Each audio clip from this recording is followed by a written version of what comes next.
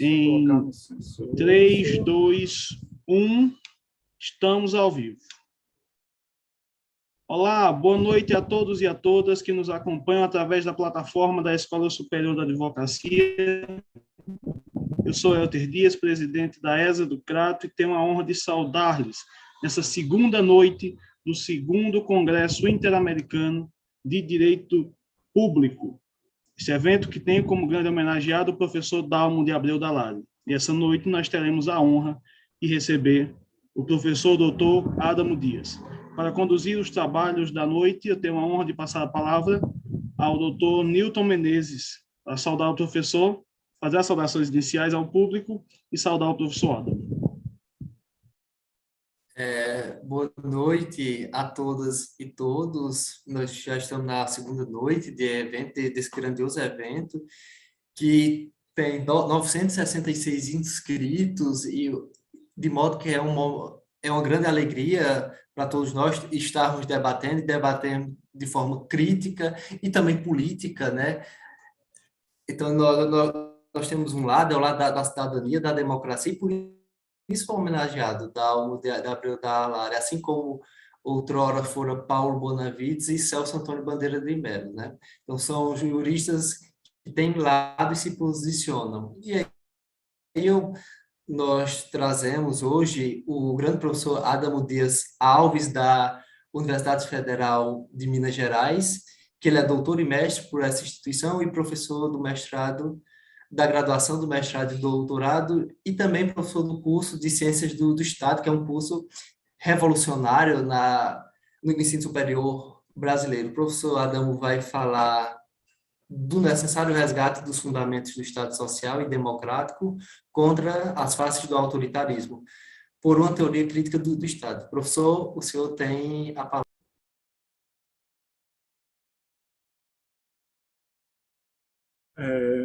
Boa noite a todos e a todas.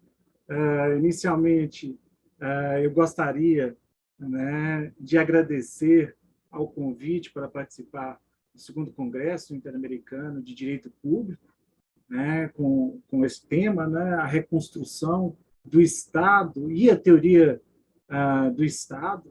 É um evento em homenagem ao professor doutor Dalmo de Abreu Dalari. Eu gostaria de agradecer esse convite que me foi feito, né, pelos senhores doutores José Erinaldo Dantas Filho, presidente do AB Ceará, doutor Reno Feitosa Gondim,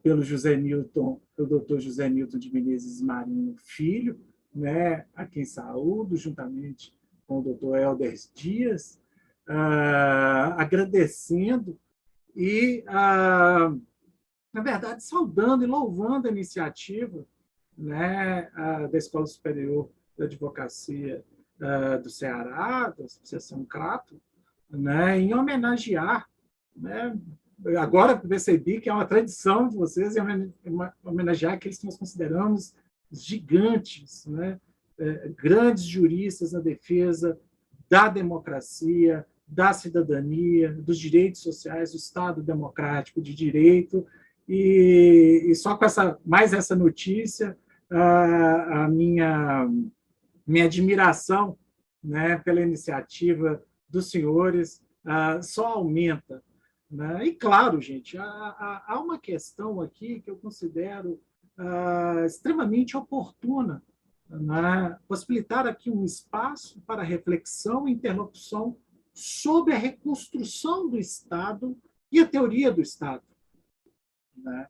Participar de um evento que visa problematizar a reconstrução do Estado e o lugar da teoria do Estado nos dias atuais é um convite, né, à reflexão de um tema vital para a sobrevivência, não só, né, de uma área do conhecimento, né, como as ciências do Estado, como a teoria do Estado, como do próprio Estado brasileiro, que apresenta, sem sombra de dúvidas, a maior crise política dos últimos 30 anos.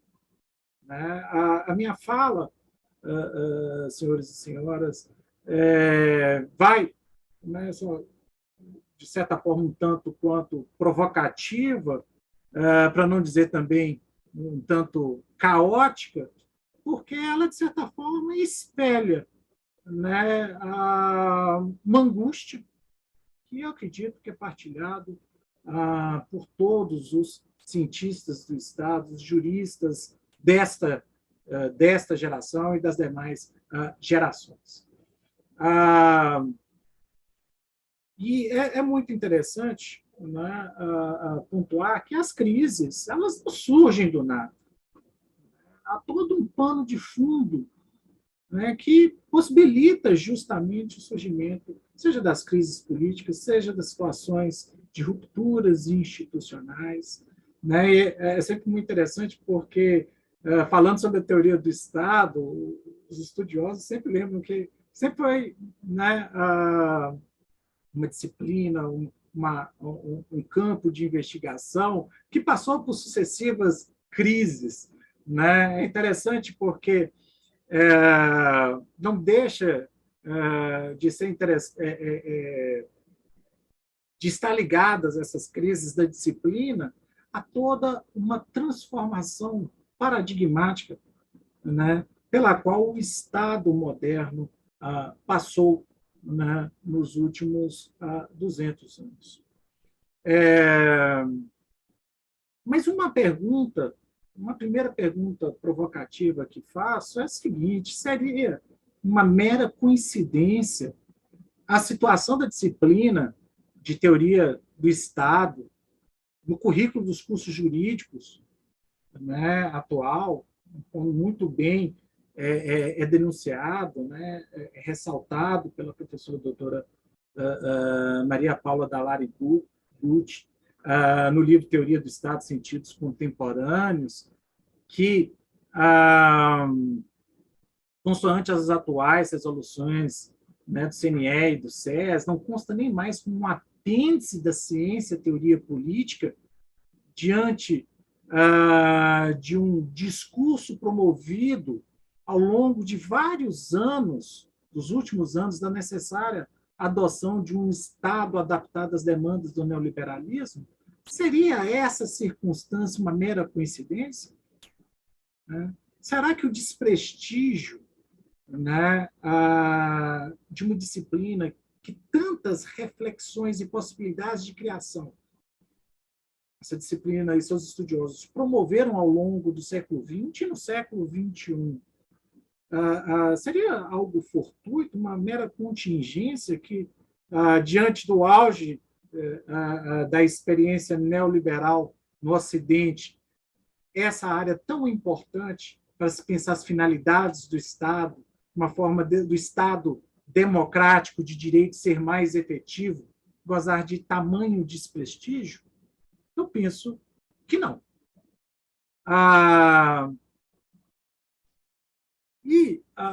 O que eu gostaria nessa minha palestra, né, que, enfim, vai falar um pouco sobre o necessário resgate dos fundamentos do Estado social e democrático contra as faces do autoritarismo, e aí esse subtítulo por uma teoria crítica do Estado. O que eu pretendo aqui não é somente destacar a importância e a atualidade da teoria do Estado, dos seus estudos, das suas investigações, da importância dela para a pós-graduação, mas também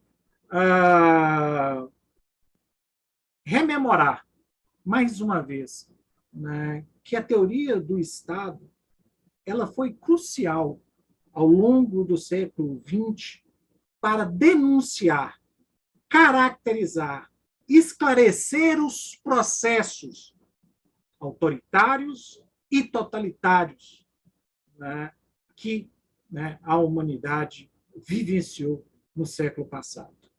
E essa capacidade de diagnosticar, de enfrentar, né, essas expressões políticas, esses movimentos políticos, né, constitui uma tarefa interna da teoria do Estado que eu gostaria, né, de destacar na minha fala do dia de hoje.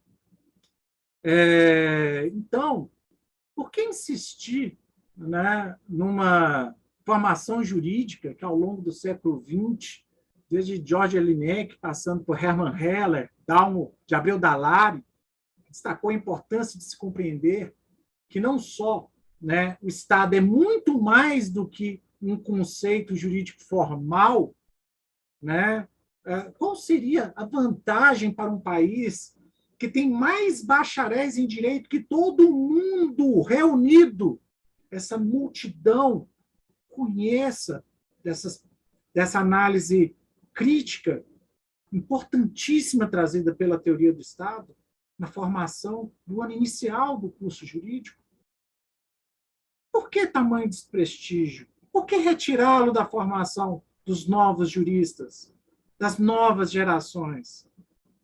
Seria para desenvolver uma postura acrítica das transformações pretendidas por um modelo neoliberal da política, do Estado e do direito? Por que retirar da formação dos juristas, ou reduzir o espaço possível para sua discussão, de uma disciplina que sempre se preocupou, né, em apresentar não somente, né, a origem do Estado, suas funções, suas finalidades, sua natureza, seu processo histórico de formação, os regimes políticos, os sistemas de governo, as formas de governo, as formas de Estado, mas também uma primeira discussão sobre o fundamental estudo sobre a organização dos poderes. Será que esses não são temas relevantes, centrais para a formação do jurista do século XXI? Né? E mais, né? Retirar a teoria do Estado da formação, né, do ciclo de disciplinas fundamentais da formação básica, atuaria muito mais para reforçar a ideia de um Estado como promotor, como elemento central para a promoção da emancipação humana e da justiça social, ou para que ele possa servir como um instrumento de dominação e exploração econômica, sobretudo diante de experiências autoritárias dos dias atuais. Todas essas questões eu gostaria de levantar neste primeiro momento, porque eu acho que elas são muito oportunas, porque a própria trajetória do nosso homenageado, o professor Dr. Dalmo de Abreu Dallari, é exemplar e ilustra bem, né, não só na sua atividade profissional, mas no seu desenvolvimento teórico, da importância deste tema, desta disciplina, né, da qual ele é professor emérito, na defesa de um Estado democrático pautado numa acepção que ele chama a atenção, deve ser atual, de liberdade, igualdade, porque nós não estamos mais no século XVIII. Mas ela tem que ser atual porque ela tem que se contrapor a um agir político contrário a uma igualdade de oportunidades, a um Estado que possibilite, né, a vivência da dignidade no plano concreto da vida humana, né, de um agir político autoritário que muitas das vezes assalta o Estado, promove a desigualdade e fere a liberdade de um povo. Para ainda, né, de certa forma, homenagear o professor Dalmo de Abreu Dallari, que vocês vão perceber uma referência ao longo de toda a minha fala. Eu lembro, né, um texto né, não muito antigo aqui do ministro Lewandowski, né, na qual ele destaca a importância do professor Dalmo Dallari, né, lembrando que, na passagem do texto, ele fala assim, que a militância política levou o professor Dalmo Dallari, né, a presidir, no auge do regime autoritário, a Comissão de Justiça e Paz da Arquidiocese de São Paulo, que tinha sido criado no ano de 1971, fazendo com que a atuação do órgão se voltasse integralmente para a promoção e defesa dos direitos humanos. Durante a sua gestão, né, a Comissão de Justiça e Paz salvou muitas vidas, localizou inúmeras pessoas presas ilegalmente, abrigou e defendeu vários perseguidos políticos, inclusive vindos de fora do país. Vai lembrar o ministro Lewandowski neste texto. Ele mesmo, né, o professor Dalmo Dallari, foi preso, né, em abril de 1980 pelo Departamento de Ordem Política e Social de São Paulo, acusado de subversão por dar assistência jurídica a sindicalistas. Né? 3 meses depois, já sofreu um atentado que o deixou ferido pouco antes da visita do Papa João Paulo II ao Brasil, que o convidaram a ler um texto por ocasião, né, da missa campal celebrada em São Paulo. Né? Esse aqui é somente um elemento que eu gostaria de chamar a atenção, que quando nós falamos de teoria do Estado, e ainda mais, né, homenageando o professor Dalmo de Abreu Dallari, não tem como não fazer isso com coragem, né? E com uma coragem que ela nos imbui de um pensamento crítico e científico de denunciar, inclusive, possíveis descaminhos, decisões equivocadas e problemas que afetam a vida de toda a nossa população, como da subsistência do Estado. Então, o momento ele é bastante preocupante. E daí o porquê desse resgate dos fundamentos sociais e democráticos, né?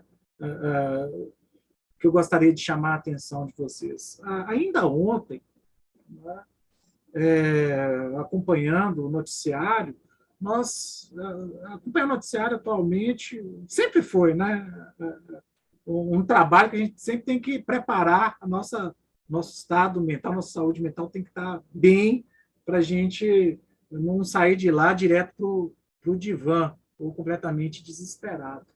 Mas, até recuperando, né, alguns textos aqui para essa palestra, eu acompanhei a notícia que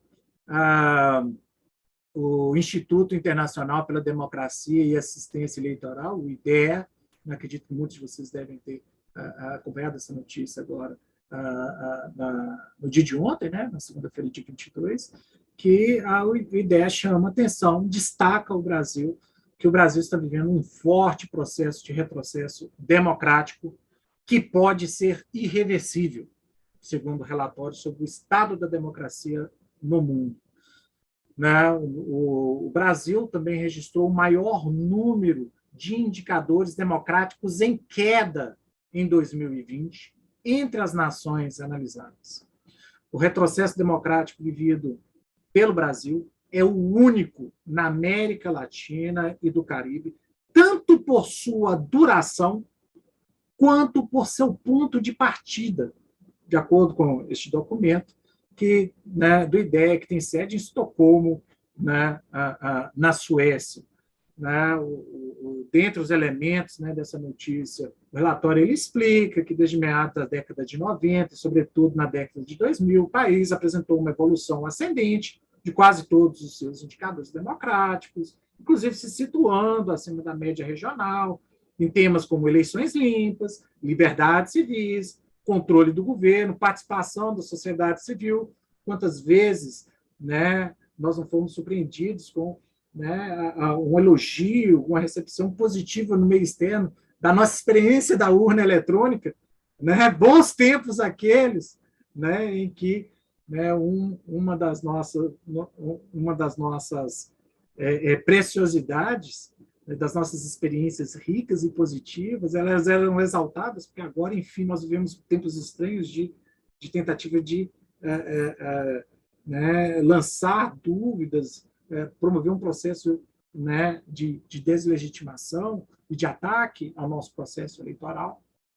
E aí o relatório ele segue, né? Só que a partir de 2013, né, o processo de retrocesso democrático começou a tomar forma no país, como resultado de uma queda constante e prolongada de quase todos os indicadores. E essa queda se exacerbou, especialmente nos últimos 2 anos. Né?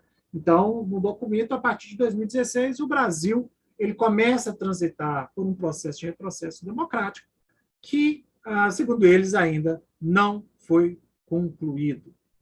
Destacam-se ataques aos organismos eleitorais, realizados tanto por partidos políticos da oposição, quanto pelos que estão no poder, por chefes de Estado, que se tornaram mais frequentes.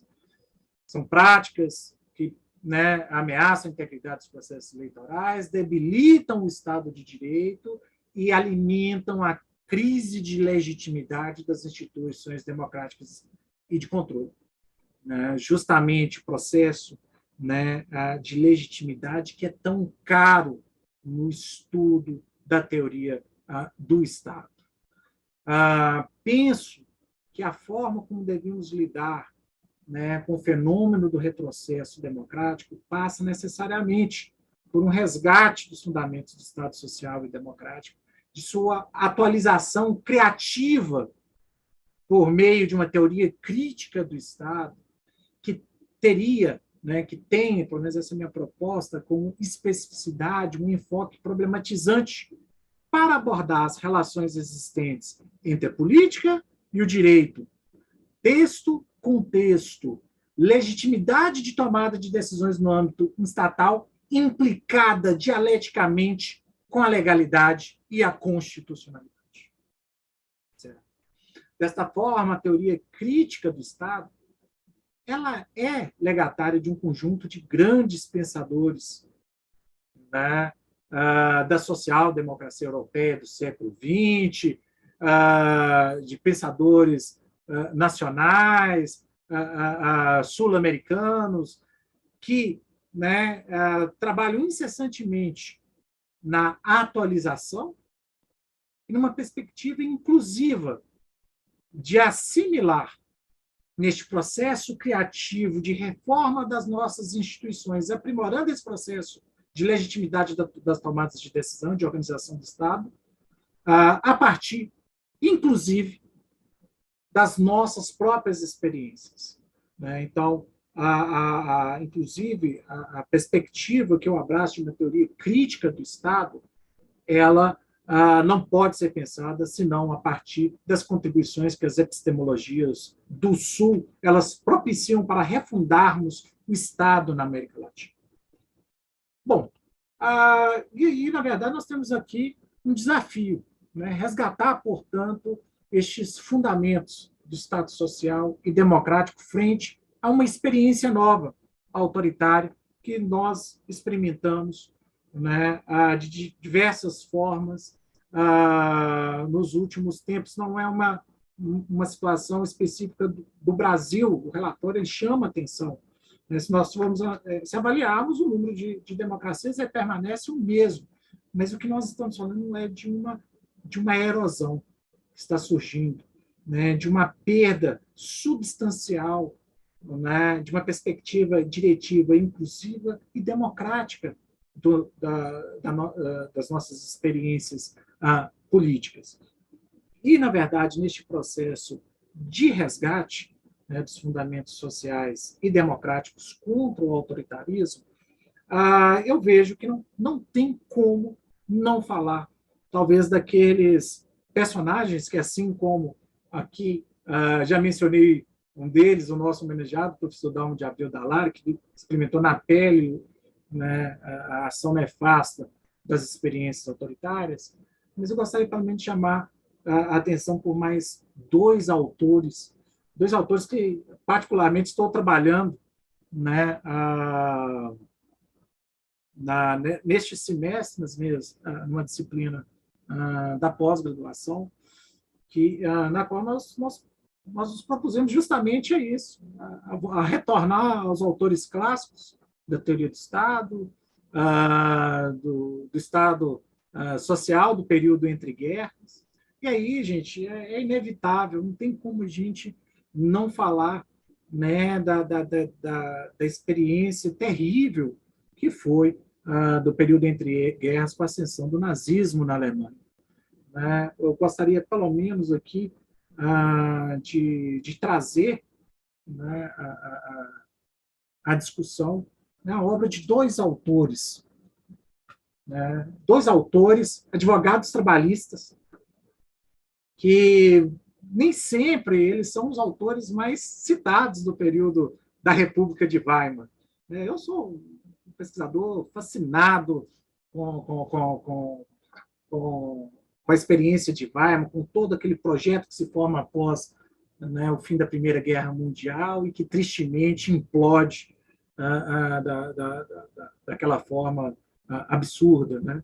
Mas é sempre muito comum, né, nessa discussão fazer referência, né, ao Carl Schmitt, a discussão dele com Hans Kelsen, o Hans Kelsen, que eu espero, né, que as gerações do presente e mesmo do futuro estudem mais sua obra política, né, que, enquanto um teórico da democracia, enquanto um autor, né, que denuncia os horrores do totalitarismo, a obra de Kelsen, eu entendo que ela deve ser mais explorada, porque nós encontramos aí elementos extremamente ricos. Mas minha ideia não é falar do Hans Kelsen hoje. Né? Do Carl Schmitt, de certa forma, por tabela. Porque a minha ideia aqui é chamar a atenção, mais uma vez, para dois autores caros à teoria crítica, que é Ernest Fraenkel e Franz Neumann. Esses dois, né, advogados da área trabalhista tiveram, né, experiências assim, como a de Kelsen, né, que emigra justamente para sobreviver à experiência totalitária europeia, emigra para os Estados Unidos. Mas são obras que, seja pela ausência de uma tradução, por exemplo, no caso da obra do Fraenkel, ou da tradução recente das obras do Franz Neumann, ainda elas têm uma acolhida ainda tímida, ao meu ver, em todo o meio acadêmico. E, em especial, gente, eu vou chamar mais atenção na minha fala aqui para um livro, The Dual State, do Ernest Fraenkel, que é uma leitura cuja leitura nos dias atuais faz com que nós nos assustemos, que a gente fique bastante angustiado, melhor do que assustado, angustiado com o processo em curso no Brasil. Ernest Fraenkel, para quem não teve a oportunidade de ter contato com essa obra The Dual State, essa obra ela é escrita clandestinamente pelo Ernest Fraenkel na Alemanha nos anos 30. Ela é contrabandeada, porque ele, em razão dos seus serviços e sua bravura como combatente na Primeira Guerra Mundial, ele não perde a sua licença para advogar, mesmo com, né, a ascensão do nazismo. E graças a essa condição peculiar que ele vai enfrentar, ele vai continuar advogando. A experiência dele é de advogar em defesa dos sindicatos na Alemanha, defendendo, né, os líderes sindicais, os trabalhadores, contra todo tipo de acusação absurda por parte dos órgãos de repressão do regime nazista. E, graças a essa licença, ele ainda, nos anos aí de 36, 37, tem acesso não só a processos, mas às bibliotecas, ainda exercia a sua profissão. E neste meio ele vai escrever este livro, que é, sem sombra de dúvidas, talvez, antes de conhecer Ernest Fraenkel, eu imaginava Hans Kelsen como o grande opositor à teoria da ditadura, né, e aos textos críticos à democracia e ao liberalismo de Carl Schmitt. Mas Ernest Fraenkel é a exata antípoda a Schmitt. O tempo todo, ele parte da proposta schmittiana para refutá-la reiteradas vezes ao longo, né, da sua obra. E é muito interessante porque, neste processo, e por que eu acho interessante nós recuperarmos, né, os fundamentos do Estado social e democrático, né, indo a autores de um período tão crítico da nossa história, é porque esses autores eles acreditavam que, após um processo em que, né, a cidadania, né, os direitos eram privilégio dos proprietários, né, dos detentores da propriedade de renda, esses podiam votar em razão das cláusulas censitárias, né? Após a Primeira Guerra Mundial, com a ruína daquela primeira experiência, era o momento da ascensão, da participação política da classe trabalhadora. E é interessante que Frankl vai chamar a atenção que, né, de um processo de entusiasmo, de luta para a construção de um Estado social e democrático que contemplasse, pela primeira vez, uma democracia de massas e um Estado, né? Eu não vou falar aqui de um Estado forte, porque o Estado liberal ele é um Estado forte. Ele é um Estado muito presente, né? Essa ideia de Estado mínimo, mínimo em certas circunstâncias, porque é necessária a omissão dele nessas áreas, mas muito forte em outras, né? Na repressão, né? Na preocupação com a estabilidade dos contratos, das relações comerciais, da defesa da propriedade, da liberdade individual dos proprietários. Neste aspecto, na repressão, né, à classe trabalhadora, o Estado liberal ele foi muito forte, muito presente. Né? E todos os movimentos sociais sabem muito bem, né? Todos os movimentos de luta por melhores condições de trabalho sabem muito bem disso. É a história dos movimentos operários dos séculos, né, XIX e do século XX. Mas o que o Ernest Frankl vai chamar a atenção ao longo da sua obra, do Dual State, é que, com a ascensão do nazismo, praticamente nós temos meio que dois estados, né, atuando de forma concorrente. E essa seria, talvez, né, a característica, né, que inovava neste processo, num novo processo de exploração. Porque, de um lado, eu tenho uma manutenção de uma fachada de um Estado de direito, e do outro que ele vai chamar de um Estado de prerrogativa, que é esse Estado de prerrogativa, que é um espaço para a tomada de decisão do Estado, sem qualquer limite, sem qualquer restrição constitucional ou infraconstitucional. É por meio da concorrência, da existência conjunta de um Estado de prerrogativa, por onde a experiência nazista vai dizimar qualquer possibilidade de oposição às suas determinações, e de um Estado normativo, né, que mantém, principalmente no âmbito das relações privadas, né, um verniz de estabilidade, sobretudo para a manutenção das relações comerciais e o aferimento de lucro, né, essa vai ser a cara da experiência totalitária na Alemanha. E o que o Ernest Frankl vai chamar a atenção ao longo também do livro é o papel do judiciário em todo este processo.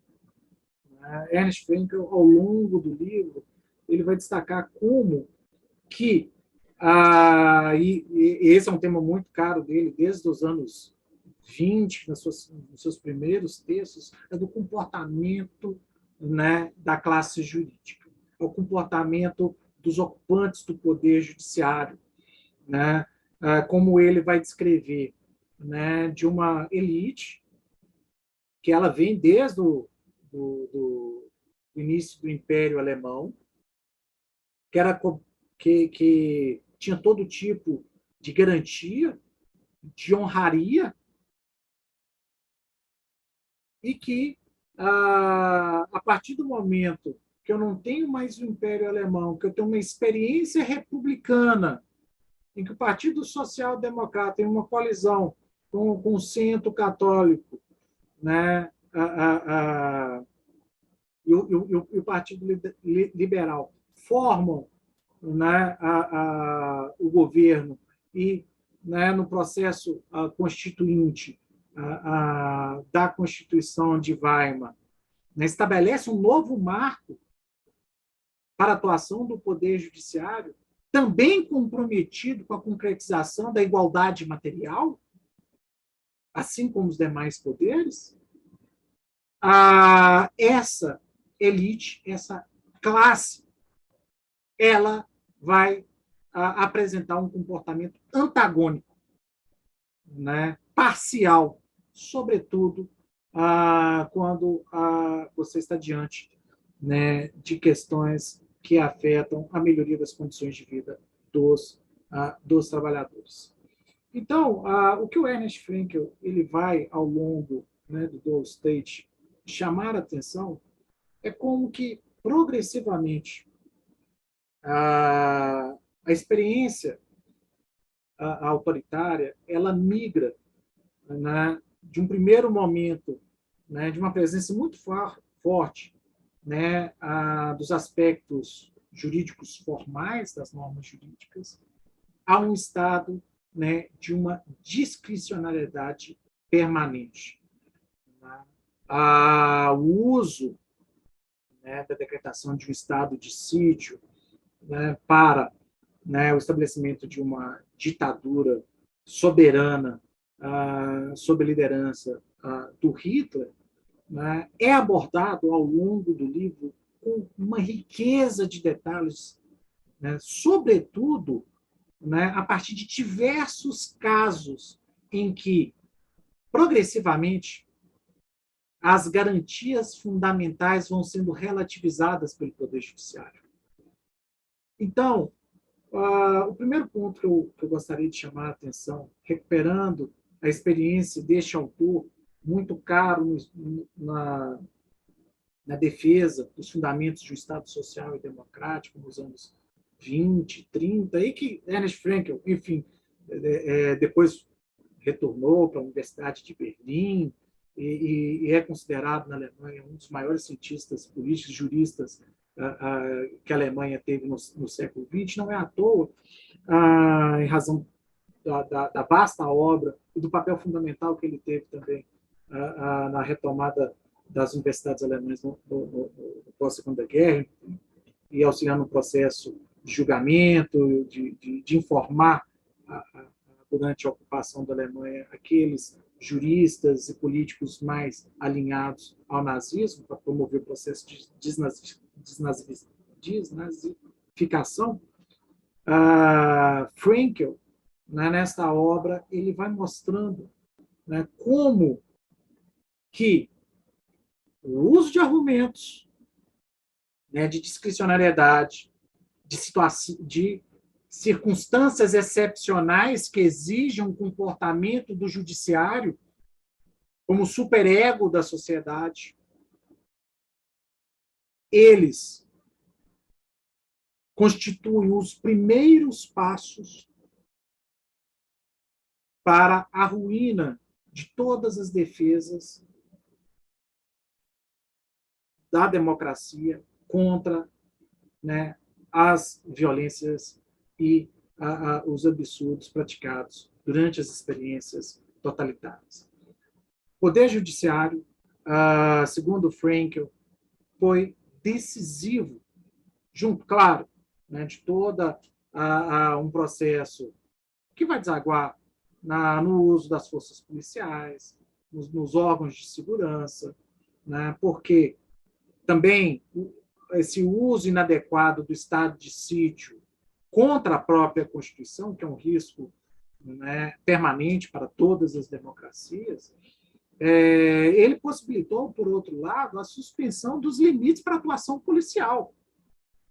E assim, né, não só nós podemos imaginar, né, a SS como a Gestapo poderiam atuar de forma ilimitada no processo de repressão a opositores do regime e a pessoas indesejáveis, a perseguição contra os judeus, por exemplo, sem que houvesse qualquer possibilidade de que a apreciação judicial com relação aos absurdos perpetrados. Então, esse texto ele é muito caro, porque num autor, né, do Estado social, do funcionalismo social, eu vejo uma grande defesa daquelas garantias trazidas no fins do século XVIII, início do século XIX, que constituem as garantias, né, individuais. Né? É interessante porque Frankl e mesmo Neumann, né, eles não pretendem aqui a demolição de todo um processo de luta pelas as garantias do cidadão frente, né, ao Estado ou frente a uma ação ilegítima dentro do corpo social. O que, na verdade, esses autores eles vêm trazer é uma atualização dos princípios do Estado, incorporando os trabalhadores à política e propiciando uma atuação agora do Estado que passa a ocupar um elemento central no processo de emancipação e de realização da justiça social. Por isso que nós vamos ter uma ordem econômica e social nestes textos. E ordem econômica e social, né, a previsão tão criticada pelo Schmitt, na sua teoria da Constituição, corresponde a uma das maiores contribuições das lutas dos trabalhadores, né, ao longo do século XIX e início do século XX. A partir do momento que eu tenho um Estado que se preocupa, né, com condições mais dignas do trabalho, né, com, né, a viabilização da previdência social, da assistência social, né, de direitos, de uma garantia mínima da dignidade das crianças, dos idosos, preocupados com a família, concebendo educação, saúde como direitos essenciais, universais para a população. Isso é extremamente revolucionário. Mas vejam, esses não são autores que vão pregar, né, o fim, né, do capitalismo, mas uma nova concepção, uma nova dinâmica dentro do Estado, das suas relações, dos seus poderes e, sobretudo, uma leitura diferenciada dos direitos fundamentais. Então, o que, na verdade, nós vamos encontrar, e aí, por exemplo, um autor como Neumann, um texto muito importante do Neumann, o significado social dos direitos fundamentais na Constituição de Weimar, vai ser, né, o desenvolvimento de que os direitos fundamentais materializados na segunda parte, por exemplo, da Constituição de Weimar, especialmente contra Schmitt, e diferente da percepção que Max Weber teve na sua época, não são nem meros princípios programáticos, declarações de princípios, nem devem ser considerados como direitos pré-estatais ou burgueses. Porque esses autores vão chamar a atenção que há uma interação, em especial Neumann vai chamar a atenção, que há uma interação entre os direitos e a democracia. Sem isso, né, não é possível nós termos uma democracia social em Neumann, coletiva, que é o termo utilizado por Frankl nas suas obras. E se nós não temos essa percepção dessa interação, né, que os direitos sociais eles são constitutivos da democracia, não tem democracia sem, né, uma radical garantia dos direitos fundamentais, essa democracia ela pode ser burguesa, mas social definitivamente ela não é. Então, esses autores, eles também, por que resgatar os fundamentos do Estado Social? Porque estes autores, eles realizam, né, uma crítica ao capitalismo, né, como parte do compromisso histórico que a teoria crítica tem ao longo das suas diversas gerações. Então, a partir de uma ideia substancial do Estado de Direito, o significado, por exemplo, dos direitos fundamentais vai residir na garantia não de uma liberdade e igualdade burguesas, liberais, pré-estatais ou naturais, mas na garantia de uma emancipação social e econômica. Como vai dizer o Neumann, a Constituição é, em boa parte, obra da classe operária. O objeto dos direitos fundamentais não é a propriedade privada, mas o homem que trabalha e a garantia da sua emancipação. Nesse sentido, para ele, na Constituição econômica e do trabalho, reside uma concepção social do Estado de Direito. O objeto da Constituição do trabalho é a disciplina, vale dizer, a limitação do poder de direção do proprietário sobre, né, os trabalhadores. O querido colega aqui da Faculdade de Direito da UFMG, o nosso professor titular, o professor Marcelo Catoni, ele chama a atenção, né, que já no que se refere, por exemplo, ao objeto da Constituição econômica, ele foi um grande estudioso do Neumann, Neumann já afirmava, né, que, embora essa preveja a propriedade privada, o direito pode condicionar a gestão pelo proprietário dos meios de produção, inclusive podendo essa também ser exercida pelo Estado e pela sociedade, posto que, constitucionalmente, a gestão dos próprios meios de produção visa a garantia de uma existência digna, devendo ser realizada com a colaboração em posição paritária, com a coalizão e com os trabalhadores. Né? Os princípios, citando Neumann mais uma vez, os princípios base da Constituição Econômica, indicados na segunda parte da Constituição, aqui a referência, mais uma vez, à Constituição de Weimar, revelam contextualmente o afastamento em face da concepção formal da igualdade própria do Estado de Direito burguês e o reconhecimento positivo dos princípios inspiradores do Estado Social do Direito, ao qual, não obstante, preveja o reconhecimento da propriedade privada, subtrai do proprietário privado a gestão dela.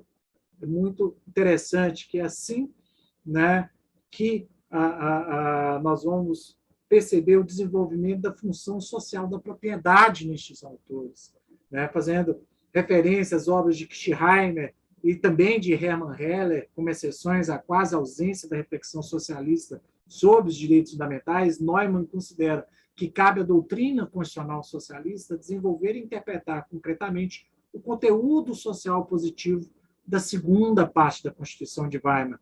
Para ele, cabe à política dar atuação a estes princípios fundamentais. Bom, estou falando aqui, portanto, né, destes autores, porque o que nós experimentamos após a promulgação da Constituição de 1988 de uma forma bastante acelerada e que a Inglaterra sofre a partir da Thatcher, os Estados Unidos de uma forma ainda mais ostensiva com Ronald Reagan, é justamente, né, todo um ataque a estes fundamentos sociais e democráticos que foram, né, se consolidando na ideia de uma democracia constitucional ou de um Estado democrático de direito que inspirou, né, a elaboração, né, da nossa Constituição. É sintomático que justamente as primeiras 10 emendas à Constituição, elas já direcionam exatamente o quê? A ordem econômica e social, sobretudo durante, né, os governos, os dois governos do Fernando Henrique Cardoso, né, como muito bem o professor Dr. Gilberto Bercovitch vai chamar a atenção em suas obras. Se inicia ali, né, toda uma inversão, né, da função dirigente da Constituição de 1988, né, uma Constituição dirigente invertida, como ele vai chamar a atenção no texto, com Massoneto, que eu acho brilhante, né? Isso lá nos anos de 2007, 2008, quando a publicação, por exemplo, desse artigo, né? Imaginem, né, ao tanto que isso se comprovou válido depois de toda uma aprovação de uma PEC do teto dos gastos públicos, dessa reforma trabalhista, e aí se soma um conjunto, né, de alterações na Constituição e no plano infraconstitucional, desmantelando o Estado Social brasileiro, inviabilizando as políticas públicas de médio e longo prazo, desvinculando receitas destinadas a áreas estratégicas e centrais com a DRU, as DRS, né, aumentando de 20% a 30%. Ou seja, como muito bem o professor Gilberto Bercovitch vai chamar a atenção, deixa de existir a ideia de um orçamento público no Brasil. E para que no final vai se prestar o orçamento? Qual que é a finalidade dele? Promover superávit primário? Atender a desígnios de um mercado que não está nem um pouco preocupado com as condições dos trabalhadores no Brasil? Né? Então, a proposta aqui dessa retomada dos fundamentos democráticos e sociais do Estado, né, de autores como Neumann. Por que é importante ler Neumann? Por que é importante ler Frankl, Heller? Né? Porque, na verdade, eles denunciaram e tiveram, né, uma perspicácia, né, uma sensibilidade únicas para perceber como que o movimento autoritário ele promove, ele vai contaminando as instituições. O Ernest Frankl mostra, olha, como que progressivamente, decisão a decisão, o judiciário foi relativizando as garantias, né? O Neumann foi mostrando como que o executivo ele foi, né, progressivamente tomando ali da República de Weimar, a gente desemboca não num Leviatã, mas num Behemoth. Né? E hoje nós vamos encontrar, inclusive, autores, né, que vão chamar a atenção. Olha, essa completa desorganização, desarticulação do Estado, né, que não consegue, enfim, né, atender às suas finalidades, se assemelha, em certa medida, àquilo que Neumann chamava a atenção, né, da ausência de articulação e de um processo incessante, né, por meio de uma burocracia estatal ligada a um setor específico, de uma elite econômica e militar, espoliando todo um Estado e promovendo, né, um genocídio como nunca antes visto, né, na história da humanidade. Bom, gente, feitas essas considerações, que cabe, então, hoje, né, a uma teoria crítica do Estado? Bom, claro que né, uma teoria crítica do Estado, como muito bem o professor Dalmo Dallari chama a atenção, ela não pode viver nos séculos 18, 19, com o ideal de liberdade, igualdade do passado. ela tem que ser uma teoria do Estado que não seja ingênua, né, que leve a sério os desafios, né, e as tensões do presente. E, nesse sentido, estes autores, eles servem de inspiração, apresentam diagnósticos e fazem apontamentos para refletirmos se no presente, de certa forma, alguns comportamentos não se assemelham. Porque, claro, após a Segunda Guerra Mundial, nenhuma ditadura, né, nenhum ditador em sã consciência vai se afirmar enquanto tal. Daí porque a celeuma tão grande em se utilizar o termo ditadura ou movimento, né, militar para fazer menção, né, à experiência ditatorial brasileira a partir de 64. Mas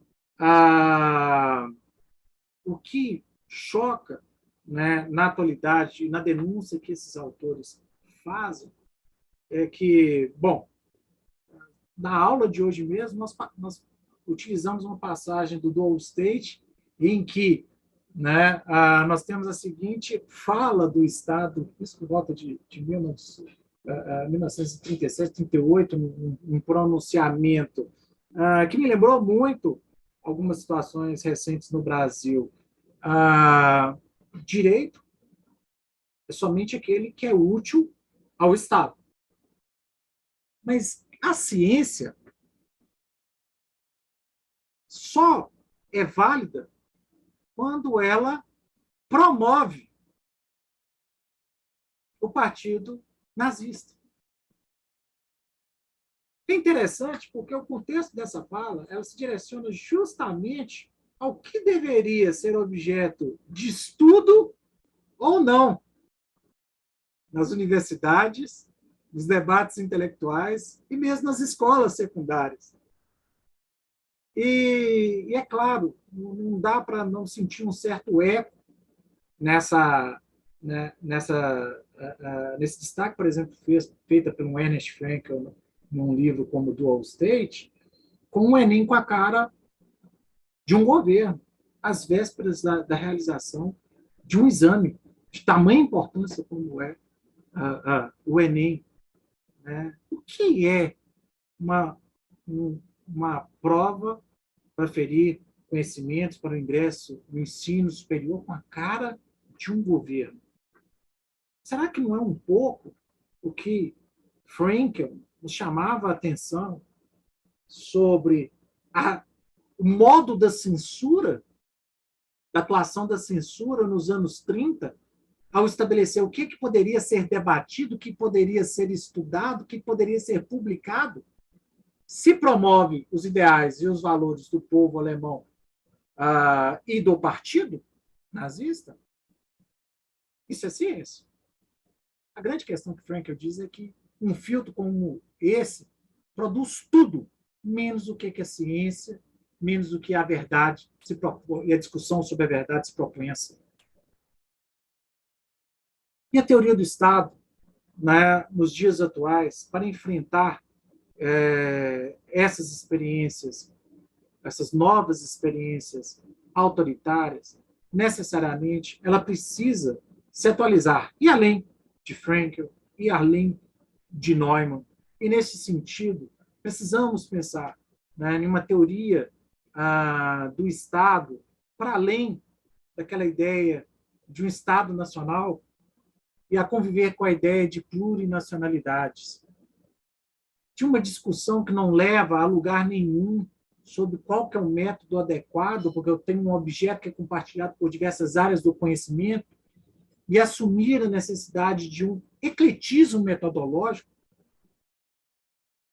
se isso for necessário, para que eu possa trabalhar com o maior número de variáveis possível, a nossa realidade social. Então, o grande desafio da teoria do Estado hoje é pensar o Estado para além de um Estado nacional, mais próximo a uma ideia de cidadania, que tem fundamento nos direitos e não apenas na nacionalidade. uma cidadania que agora deve ser definida como uma titularidade de direitos fundamentais, que se liga à própria ideia, né, do que um autor como Habermas vai chamar, né, de um patriotismo constitucional. Plurinacionalidades que compartilham dos mesmos direitos fundamentais, possuindo, então, uma mesma cidadania, como vai chamar a atenção o professor Marcelo Catoni, num contexto de uma sociedade democrática que se funda na coexistência de múltiplos modos de vida e de interesses, né, na autonomia privada responsável, na alteridade, no acesso a bens privados e públicos, no pluralismo político e na institucionalização de direitos, garantias e deveres, o resgate dos fundamentos democráticos e sociais, acaba nos impelindo, nos projetando para uma reconstrução do Estado, né, que nos remete ao novo constitucionalismo latino-americano, a enfrentar uma questão, né, que Roberto Gargarelas, de forma muito adequada, chama atenção. Né? Nós temos séculos e séculos de discussão sobre as dimensões dos direitos fundamentais. Precisamos nos voltar para o estudo da sala de máquinas, porque ela continua intacta, com os mesmos problemas de sempre. E vejam, se não é justamente a teoria do Estado, este campo de investigação tão precioso para desenvolvermos um processo científico crítico para promover, né, a adequação de uma organização dos poderes condizente com a complexidade da nossa sociedade, que definitivamente não é a mesma de Locke ou de Montesquieu. Certo? Então, né, precisamos, enfim, né, de avançarmos, né, na acolhida ao que o novo constitucionalismo latino-americano traz, né, se apropriando criticamente, seletivamente de parcela das tradições do constitucionalismo ocidental, de origem europeia e norte-americana, mas, ao mesmo tempo, né, pretendendo se afastar e reconhecendo uma pluralidade interna aos Estados, um pluralismo jurídico e cultural, né, que desafia as categorias modernas do direito, exigindo, inclusive, novas epistemologias, como a bem mencionada epistemologia do Sul. O Estado democrático de direito atual, né, e por que é necessário retomar aos fundamentos do Estado democrático para enfrentarmos, né, os efeitos deletérios de uma experiência autoritária em curso, é porque o Estado, na atualidade, ele precisa ser, né, vivenciado como a institucionalização de canais de participação e deliberação pública. É essa dimensão do Estado democrático de direito. E por institucionalização de canais de participação pública, isso não é, né, a deixar no segundo plano, é elemento constitutivo deste procedimento a garantia, não, inafastável dos direitos fundamentais, impossível de ser realizado, impossível de ser relativizada por qualquer corte ou tribunal. Claro, né, essa proposta de uma teoria crítica do Estado, né, aliada a toda uma reflexão do Estado como um elemento, né, que promove a emancipação, né, humana, ele exige, né, não só uma redefinição da separação dos poderes, como eu mencionei aqui com vocês, mas destacarmos que a centralidade do processo legislativo democrático, ela contamina todos, né, toda a vivência, né, e organização interna dos poderes, o que vai gerar imediatamente uma percepção de uma administração pública dialógica, que, infelizmente, nós estamos o quê? Retrocedendo. Pelo menos as experiências mais próximas aqui que nós temos em Belo Horizonte, é de completo silêncio com relação, seja o orçamento participativo, seja as consultas populares. O Estado democrático de direito, um Estado renovado, né, que venha fazer frente a um processo de esvaziamento do Estado, a um processo autoritário de espoliação e de ataques à democracia e aos direitos fundamentais, ele visa justamente o quê? reduzir esses espaços de participação popular, que não é interessante para os detentores do poder econômico levar justamente aos jurisdicionados, aos administrados, a decisão sobre a alocação dos recursos. Por quê? Qual que é o resultado da experiência dos orçamentos participativos? É um maior engajamento da população e na fiscalização da gestão destes recursos. É uma vida política mais ativa. É uma contestação mais frequente das decisões tomadas unilateralmente dentro dos gabinetes. Então, essa centralidade do processo legislativo democrático, ele transforma a experiência de todos os poderes, né, da vivência, do acesso à justiça, do processo pensado como, né, realizado em simétrica paridade, né, do processo com procedimento realizado em contraditório em simétrica paridade, em que o juiz, ao final, ele não é o protagonista. O protagonismo é das partes. São dos defensores, apresentando a melhor leitura do direito a resolver aquele caso concreto. De um judiciário que, ok, ele vai fazer uma aplicação principiológica do direito, mas uma aplicação que entende princípios como normas de dever ser, que se aplicam ou não a um caso, mas que não pode, por meio de uma pretensa aplicação principiológica ou por um juízo de proporcionalidade, descambar para um decisionismo raso e transvestido de um sopesamento de princípios. Isso, claro, né, passa também por uma delimitação mais clara, né, do papel do Poder Judiciário no controle das políticas públicas, né, da promoção de um devido processo, de uma garantia de decisão participada, de uma redefinição da soberania estatal e da soberania popular, levando em consideração os compromissos internacionais com os direitos humanos e o reconhecimento do pluralismo social e cultural razoável, os dizeres de um autor como John Rawls. Vamos dizer que nós estamos aqui falando somente de autores de esquerda, ou enfim, de socialistas do período entre guerras, de críticos do nazismo, né? O que, na verdade, nós queremos chamar a atenção aqui é que, a partir, né, de uma teoria crítica do Estado, que leva a sério os princípios da igualdade, da liberdade, atuais, a nossa dinâmica, a nossa história, aos nossos desafios, né? Somente a partir do momento que nós levarmos esses princípios a sério e a resgatarmos, né, o potencial transformador da Constituição de 1988, isso vai necessariamente exigir de todos os juristas, né, um compromisso, né, com os princípios da justiça social, claro, da defesa da livre iniciativa, mas da justiça social, da defesa dos direitos fundamentais, daquela sociedade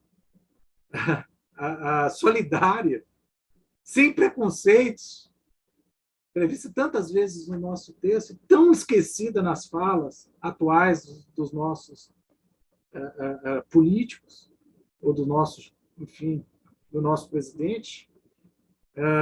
Só a partir do resgate desses elementos normativos, da recuperação da feição econômica e social que a nossa Carta tinha, e que eu acredito que ela ainda tem, somente a partir deste processo que vamos cada vez mais esclarecer as tentativas autoritárias de relativização, de ataque aos direitos duramente conquistados, como a liberdade de cátedra, né, como a nossa liberdade de expressão tão vilipendiada nos últimos tempos, mas, sobretudo, né, como uma Constituição que tem um compromisso muito grande com a redução da desigualdade social, porque se não tivesse, não estava no artigo 3º da nossa Constituição como objetivo fundamental da nossa República.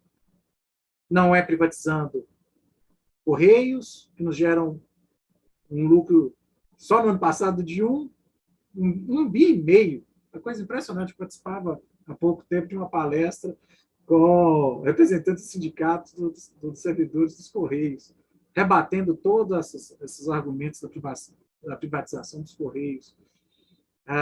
E o mesmo acontecendo, né, com a saúde pública, o desmonte do SUS, o ataque sistemático ao SUS, que foi desvelado em razão da pandemia, a precariedade a qual os nossos hospitais ao longo do Brasil estavam vivenciando.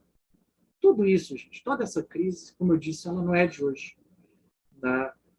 Ela já tem um longo período, né? Um processo que foi progressivamente excluindo elementos, tarefas, funções do Estado. O mesmo processo que vai progressivamente tirando do direito a discussão sobre a ética, sobre a economia, sobre a política, autonomizando esses saberes, destacando-os, colocando como elementos quase intransponíveis para uma síntese crítica que possa fazer frente aos desafios do presente. Por fim, né, eu não poderia encerrar, uma vez fazendo referência a tantos autores, comecei com o professor Down Dallari, fui a Frankl, fui a Neumann, mas talvez, sem chamar atenção talvez para um texto um pouco mais antigo, mas que também é de uma atualidade muito grande e que, com essa citação, eu gostaria de encerrar hoje, né, essa minha fala, né, que já se estendeu por demais, e como eu disse com vocês, é muito caótica, gente, me perdoem. Esse trecho está, né, numa obra que é citada muito por Frankl, no Dual State, mas que, ao longo de toda a minha pesquisa científica, teve muito presente nos meus questionamentos sobre os desafios que o direito constitucional contemporâneo, qual seria o principal desafio contemporâneo ao Estado democrático de direito. E, para mim, são as experiências autoritárias, em especial uma que eu me dediquei um tempo maior, que é o bonapartismo. Na obra, né, do 18 de Brumário, de Luiz Bonaparte, nós temos a seguinte passagem, que, enfim, descreve um período há mais de 170 anos atrás, mas que às vezes parece ser de uma atualidade absurda. No livro, Marx chama a atenção que o período que temos diante de nós abrange a mais heterogênea mistura de clamorosas contradições. Constitucionalistas que conspiram abertamente contra a Constituição. Revolucionários declaradamente constitucionalistas. Uma Assembleia Nacional que quer ser onipotente e permanece sempre parlamentar. Um poder executivo que encontra sua força na sua própria debilidade e sua respeitabilidade no desprezo que inspira. Uma república que nada mais é do que a infâmia combinada de duas monarquias. Paixões sem verdade, verdades sem paixões. Heróis sem feitos heróicos, história sem acontecimentos. O gênio coletivo oficial da França, reduzido a zero pela estupidez astuciosa de um único indivíduo. Enfim, gente, com essas palavras, eu encerro aqui, né, essa minha comunicação com todos vocês, agradecendo mais uma vez essa oportunidade de poder falar para essa seleta plateia, uma alegria muito grande em poder, né, compartilhar com vocês as minhas preocupações, meus estudos, minhas reflexões aqui no curso de Direito da Universidade Federal de Minas Gerais. Aqui nós temos, como vocês sabem, tanto bacharelado em Direito como bacharelado em Ciências do Estado, um curso que... Bom, eu ia terminar com o Marx, mas não tem jeito não. Eu tenho que falar um pouquinho aqui sobre Ciências do Estado, que sobre o influxo do Reúne, um curso Reúne, né, possibilitou, né, um ponto fora da curva deste processo, né, de ataque persistente, né, que nós tivemos ao Estado, que é uma formação revolucionária mesmo, que busca propiciar um novo profissional que, a partir do estudo da ideia das ciências do Estado, né, comprometido com uma reconstrução do Estado, mas que propicia uma atuação também na iniciativa privada, no terceiro setor, atuar, né, no planejamento, na execução, das políticas públicas, enfim, nos auxiliar neste processo de encontrar novas saídas para novos, infelizmente, antigos problemas que o Brasil tem. Não poderia deixar de terminar aqui, né, fazendo, né, um elogio também aos meus alunos, né, alunos que também sofrem muito.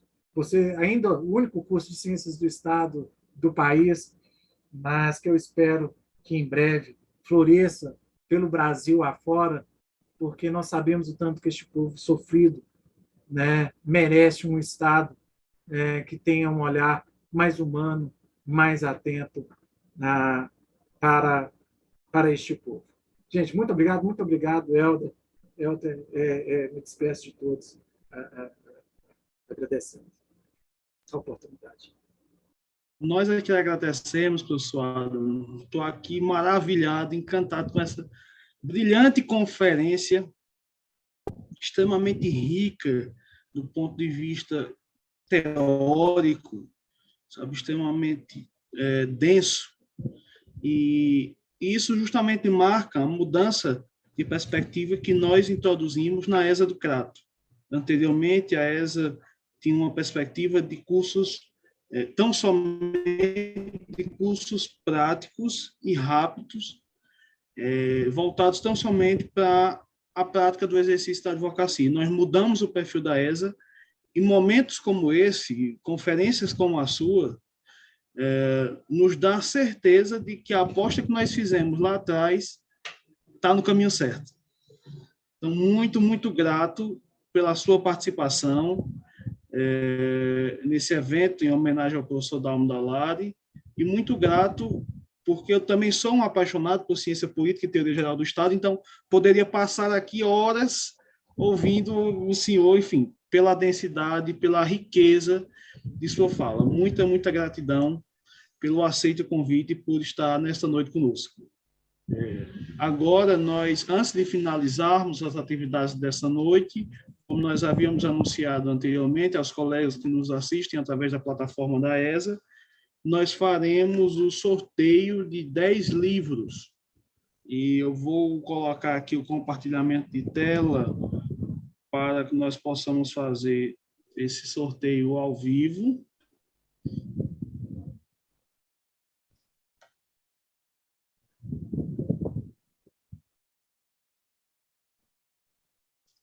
Professor Adam, me confirma se está transmitindo. Compartilhando tela. Ainda está aparecendo Helder Dias, começou o compartilhamento, sim. Mas ainda não está uma tela preta, só com esses dizeres. Ah, tá. Porque às vezes demora um pouquinho para entrar. Mas eu acho que agora vai dar certo. Acho que agora sim. Só um momentinho. Está abrindo aqui uma imagem. Ah, ok. Agora está aparecendo. Sorteador de números aleatórios. Maravilha. Maravilha. Nós vamos, então, aqui, serão 10 obras. Teoria do Estado, Zuma Fachin, Direito dos Oprimidos, Boaventura de Souza Santos, A Justiça Popular em Cabo Verde, também de Boaventura de Souza Santos, As Bifurcações da Ordem Jurídica, também de Boaventura de Souza Santos, Direito à Água, da professora Ivana Pequeno, que é professora da URCA, da Universidade Regional do Cariri, Estado Constitucional e Direitos Fundamentais, não me encaminharam aqui qual é o autor. Marcelo Pellegrino, autor da obra Controle de Convencionalidade da Lei de Ficha Limpa. E, por fim, também não me mandaram Glaucon Leite, Juristocracia e Constitucionalismo Democrático. E uma obra que não me mandaram o nome, mas tem por título Decisão e Jurisprudência Constitucional. Parece que sumiu aqui a tela. É estranho, sumiu a imagem que tinha aparecido antes. Vou interromper a transmissão e tentar compartilhar novamente.